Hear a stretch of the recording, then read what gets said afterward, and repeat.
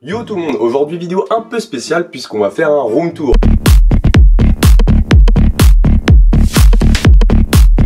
J'ai une défense de mammouth dans les cheveux.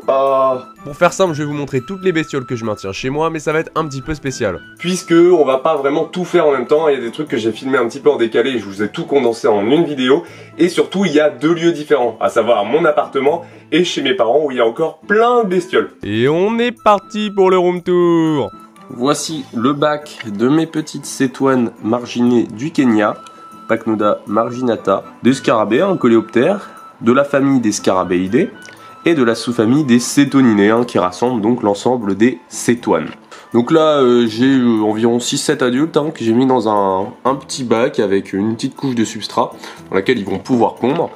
Et c'est un bac un peu communautaire, j'appelle ça, puisqu'il y a pas mal de cloportes aussi dedans, de belles colonies cloportes. C'est ma première espèce de coléoptère en terrario, c'est un peu l'espèce débutant, cette pogona des coléoptères entre guillemets, c'est-à-dire que beaucoup commencent par là, c'est super simple d'élevage. Moi je les chauffe même pas, il fait environ 20 degrés chez moi, donc moi je leur donne de la banane. Des fois je varie avec d'autres choses, mais principalement de la banane. Sinon dans le bac j'ai une petite plante, bon, qui a pris un peu cher, j'en avais mis d'autres à la base. On va tout simplement vider ce bac, essayer de voir toutes les larves qu'on peut trouver. Voilà, j'enlève la pierre, vous voyez tous les cloportes qu'il y a dessus quand même. Et là déjà on peut voir ici des petites larves. Hop, j'en ai trouvé une ici. Donc ça c'est déjà une bonne larve. Voilà ce que j'ai pu trouver en 5 minutes. Vous voyez la taille du bébé. Particularité des larves de cétoine, elles vont se déplacer sur le dos.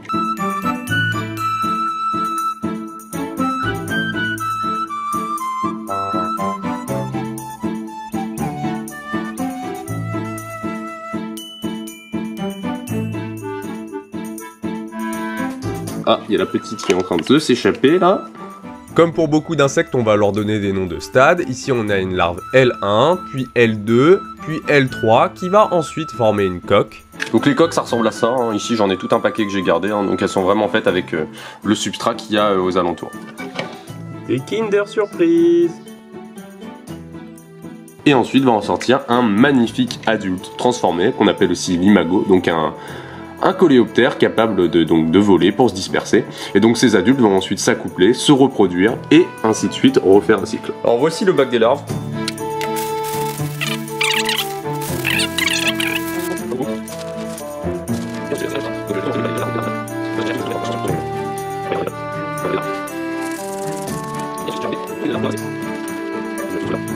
Et vous allez voir, elles vont s'enfoncer à la vitesse de l'éclair pour la plupart. Ouais, déjà la grosse là, hop, disparue. Celle-là, pareil, elle en fait de même. Voilà, c'était à peu près tout ce que je voulais vous montrer pour mes cétoines. Allez, on passe au suivant. Les arachnophobes, désolé, mais là on va passer un petit moment avec nos copines à 8 pattes. Voici ma femelle Steatoda. Bon, à la base, j'avais une invasion d'araignées dans le terrarium de mes phasmes bâtons, à force d'amener plein de plantes nourricières. J'ai nettoyé le terrarium et j'ai viré plus d'une quinzaine d'araignées avec au moins 3 espèces différentes. Je précise que le terrarium des phasmes bâtons, c'est vraiment le sbeul, j'ai la souche depuis super longtemps et en fait ça sert surtout de garde-manger pour le dragon dont je vous parlerai un petit peu après.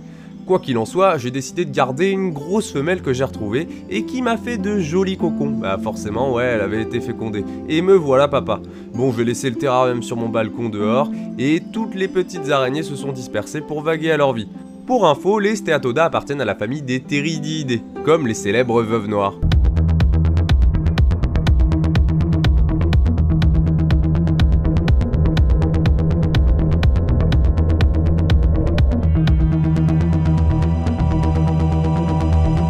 On passe sur une araignée synanthrope par excellence, qui en a déjà effrayé plus d'un. La tégénaire noire fait partie de la famille des Agelenidae. Elle se rencontre dans toutes les maisons d'Europe, mais elle a également été introduite en Amérique et dans de nombreux pays. C'est une araignée très rapide, qui tisse une toile en forme de nappe avec une retraite dans laquelle elle va rester en attendant qu'une proie tombe dans son piège.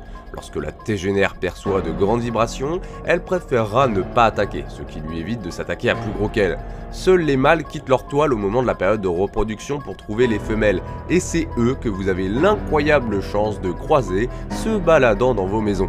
C'est une grande espèce comparée aux araignées qu'on rencontre en France, puisque la taille du corps de la femelle adulte atteint 1,5 cm pour 5 cm d'envergure avec les pattes. Et franchement, je vous le dis, en dépit de sa taille impressionnante et de sa vitesse, cette espèce est sans danger pour l'homme en raison de la petite taille de ses chélicères. Et en plus, elle est vraiment pas du tout agressive.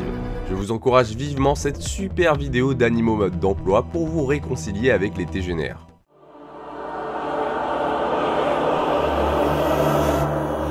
C'est l'araignée dans Harry Potter. Oui, Jérôme, c'est ça, mais techniquement ce n'est pas une araignée. Cette bestiole appartient également à la classe des arachnides, tout comme les araignées, mais à l'ordre des amblipiges.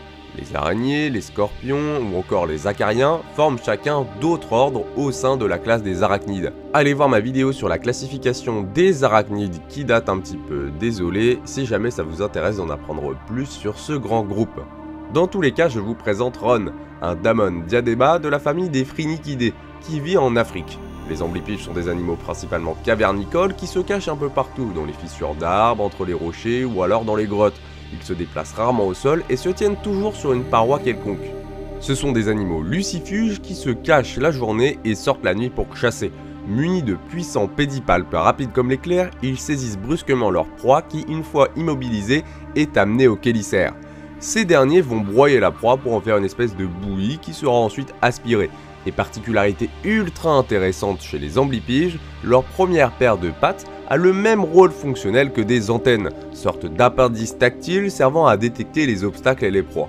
Si jamais j'ai titillé votre curiosité sur les amblipiges, je vous renvoie vers le site de Jordan Cadio, un grand passionné qu'on peut qualifier comme l'expert francophone des amblipiges.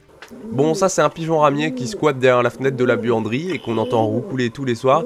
Il a construit une espèce de nid en faisant un tas de branches, pas sûr que ce soit vraiment très efficace. Le seul aquarium que j'ai chez moi, un anneau de 30 litres avec des crevettes red cherry et des planorbes. Donc oui, je suis biologiste marin, mais je n'ai actuellement pas la place et pas le temps de m'occuper d'un gros bac marin. Et pour remédier à ça, les crevettes c'est le feu. Honnêtement, ce bac, je ne vais pas vous le cacher, je n'y consacre vraiment pas beaucoup de temps. Je change la moitié de l'eau de temps en temps quand j'y pense, mais ça peut être genre une fois par mois. Je donne à bouffer des paillettes pour poissons ou des épluchures de patates, carottes ou courgettes quand j'en ai sous la main. J'ai dû tailler les plantes 3 fois en un an à tout casser. Alors oui, j'adore le côté jungle. Et malgré ça, ça n'a pas empêché la population du bac d'exploser. Les crevettes, ce sont des Neocaridina davidi, de la variété Red Cherry, plus classico tu meurs. Elles se reproduisent à fond dans le bac et là, il y en a vraiment des centaines. Les planorbes, c'est pareil. Au début, il y en avait 2 et maintenant, j'ose même pas les compter, quoi. Les meilleures observations de l'aquarium à faire, c'est en soirée avec les copains. Je coupe une petite tranche de patate que je mets dans le bac, ça ramène tout le monde dessus. Ensuite, je m'avachis dans mon canapé avec un petit coup dans le nez et je peux regarder le spectacle tranquillement.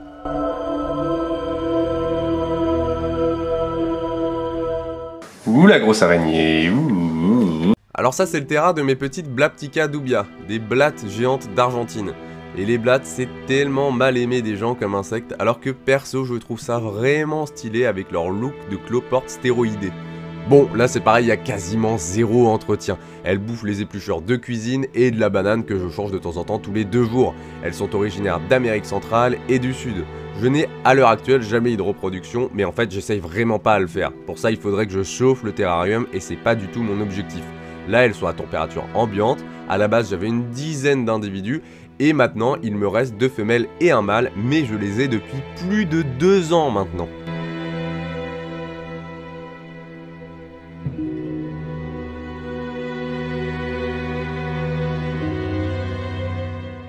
On s'est téléporté au calme pour arriver dans mon ancienne chambre chez mes parents où la folie des phasmes a commencé. Aujourd'hui c'est mon père qui a complètement repris l'élevage en se concentrant sur quelques espèces.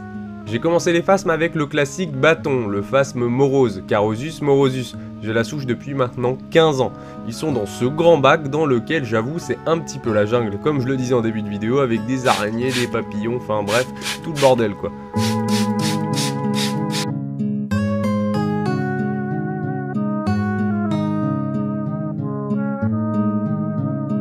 Regardez-moi ces magnifiques feuilles de marronnier dont on voit super bien les nervures.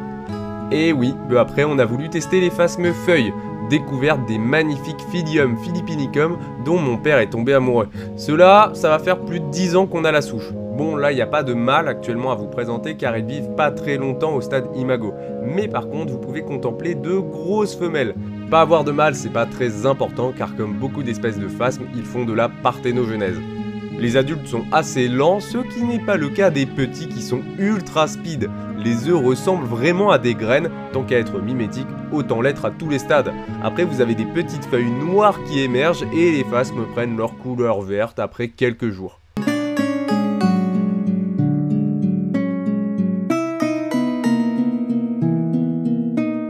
Plus tard, on a commencé à faire des échanges avec des particuliers et au total, on a dû maintenir une dizaine d'espèces au fil des années. Dans ce qu'on a toujours, il y a les classiques phasmes scorpions, aussi appelés phasmes tiares, Extatosoma tiaratum, qui viennent d'Australie.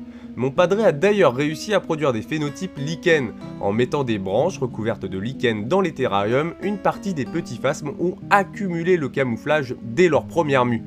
Bon, après, malheureusement, quand ils grandissent, au fil des mues, ils perdent cette apparence. Là, vous avez un individu bientôt adulte à qui il reste un peu des traces de lichen.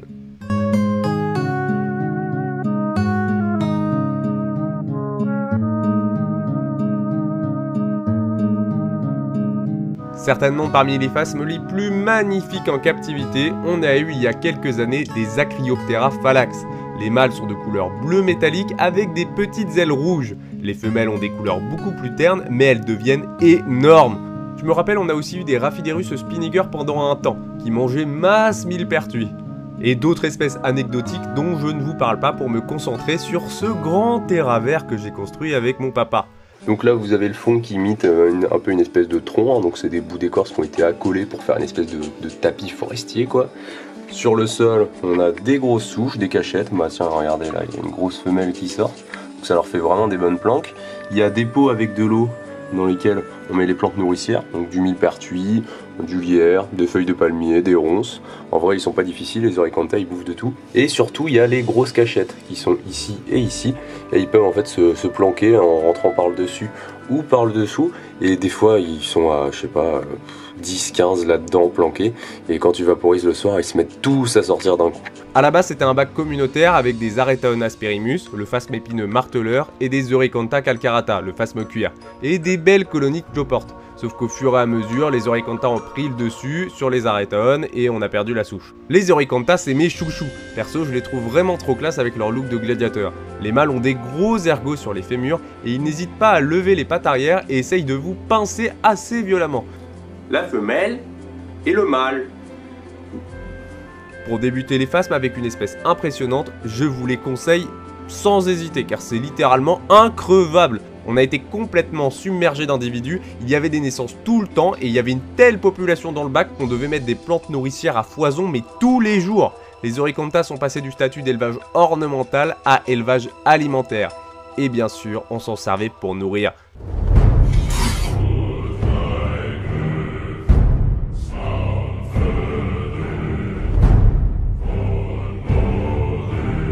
Voici mon bon vieux Puck qui a 10 ans maintenant, respectable pour un Pogona Viticeps quand même.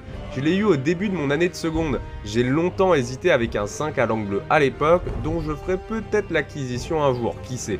Bon, je vais pas vous parler de Pogona Viticeps, hein, c'est pas le but de la vidéo, c'est super facile de trouver des infos et il y a du contenu de qualité sur YouTube. Juste comme ça, pour info, on a construit le terrarium entièrement avec mon père et de mémoire, ça nous était revenu à genre 150 €.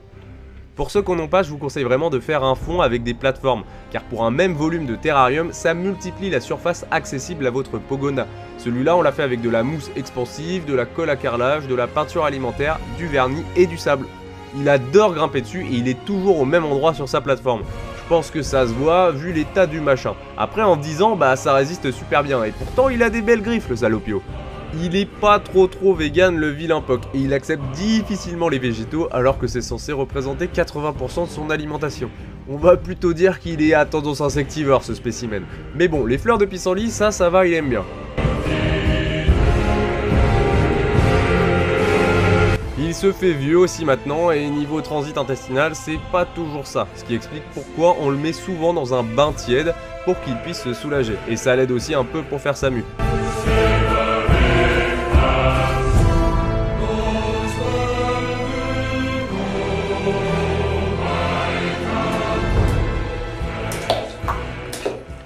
Voilà grosso modo toutes les bestioles que je maintiens actuellement. J'ai eu quelques espèces de menthes il n'y a pas si longtemps et faudrait que je m'y remette car c'était vraiment ultra intéressant à observer. Le principal problème des menthes, je trouve, c'est leur fragilité et surtout le fait que d'individualiser des animaux, ça crée de l'attachement et on a très vite le seum quand on perd une menthe. Chose que je ressens beaucoup moins pour une cétoine, un phasme ou une crevette. Ah ouais, et ça c'est le puma de mes parents. Sinon, j'ai créé un compte Instagram il y a pas longtemps où je fais des espèces de mini reportages musicaux de moins d'1 minute où à chaque fois je me focalise sur une espèce. Et attention, je tape dans tous les taxons. Pareil, suivez-moi sur Twitter où je raconte plein de trucs en rapport avec la biologie. J'espère que la vidéo vous a plu, moi je vous dis à la prochaine, sûrement pour une petite sortie nature au mois d'août, et sinon pour les grosses vidéos, ce sera à la rentrée en septembre. Tchuss!